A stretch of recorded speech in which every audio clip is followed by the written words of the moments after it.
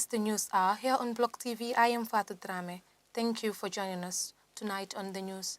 The mayoress of Banjul, Rohey Malick Lowe, has been nominated to contest the position of presidency of mayors of 54 African capital cities. In Italy, a young migrant, Lamin Saidi, was found dead in a parking lot in Bolzano. Police have arrested 2 suspects in connection to his murder. 2 Senegalese soldiers who are on the economic forces in the Gambia were repatriated back to Senegal after violating the coffee regulation. The Gambia Truth Reconciliation and Reparations Commission is set to resume its testimony next month with strict COVID-19 regulations. Concerned Gambians have set to protest on Wednesday in relation to the scary rise in the number of maternal deaths in the country. I am Fatou Drame. Thank you for joining us.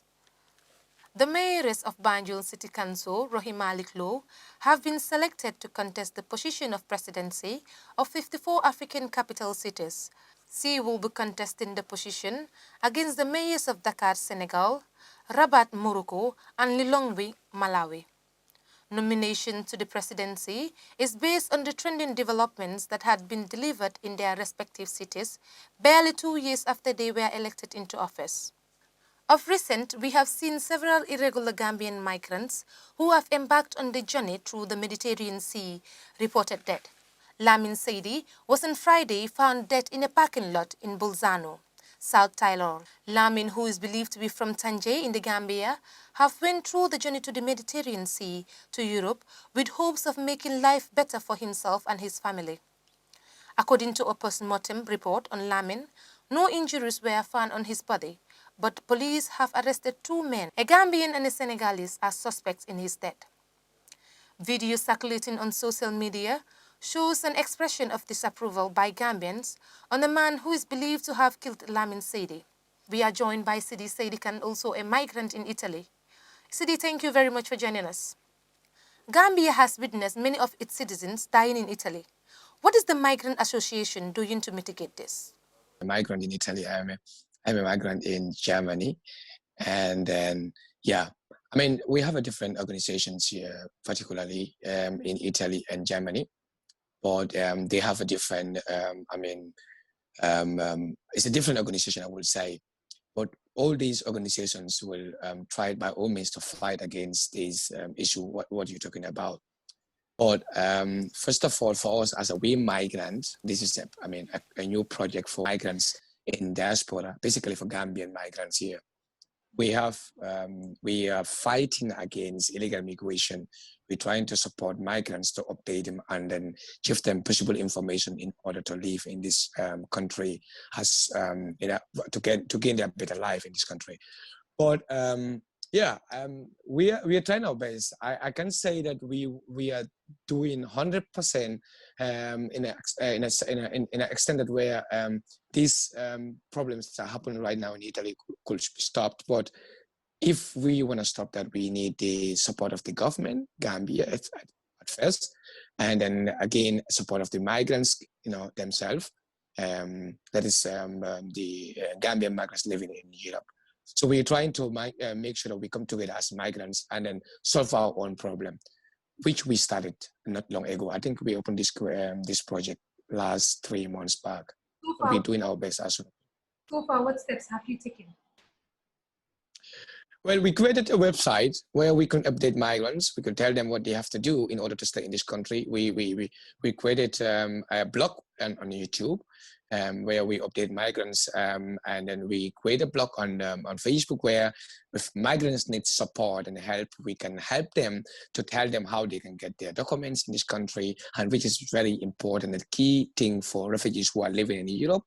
And then again, we created GoFund programs for refugees who lost their lives here, so that we could help them to send them back to their country in Gambia. Not only Gambia, but generally any migrant who needs support, they update us or to contact us. So we try to support them to make sure that those people are back to their family in peace, so that they could rest in peace and stuff like that. We have seen Gambians involved in so many illegal activities in Italy, ranging from drug abuse to drug trafficking, which sometimes leads to suicide. Tell us what the problem is in Italy. Concerning to drug and stuff like that, it's everywhere. If you go to Gambia, you see people who are like into drugs. If you go to anywhere, you see people who are into drugs. But if you come, if we're talking about refugees and migrants, I know because like I am like the first person, if anything happens in a concern to refugees and migrants, I'll be the first person to be updated and be contacted. And then, but to tell you the fact, refugees, these are hardworking young people.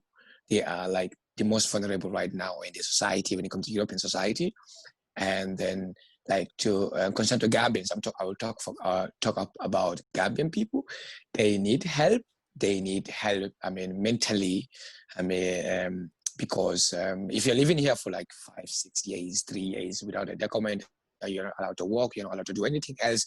Then there are a lot of problems. There are a lot of things that it can lead you to. It could lead you to, you know, in a different way. So like I understand that some people are into drugs because they're like desperate and they lack hope, you know. But with all that, we are trying as a project, as an organization, as a platform to fight, to support, to be there for them, to come again out and on Facebook, on YouTube, to update them, to tell them what they have to do, to inspire them, to influence them in the right path, as we did last week when we heard that Lamin Saidi was, you know, killed by 2 people who are into drugs and stuff like that. But yeah, not only Gambians are into drugs. This is a problem to many migrants because of the, you know, depression that they got in this country because of, you know, what I told you last time about documents and stuff like that. Have you tried to consult the Gambian government on this? If yes, what was their response? The Gambia, to tell you the fact, really, I don't see anything that the Gambian government are doing when it comes to migrants, Gambian migrants in diaspora or in Europe, because the only thing I know, if Gambian government are doing anything about Gambian, the only thing I already know is that Gambian governments are here to negotiate with German government when they want to deport young people, which is something that I didn't understand, because I understand that deportation is something normal in Europe, of course, but what I don't understand is that Gambians, they need more help. They need help, and there are other refugees from other countries, and their government are always there for them. They're always supporting them. But what is the Gambian government doing for Gambian migrants here?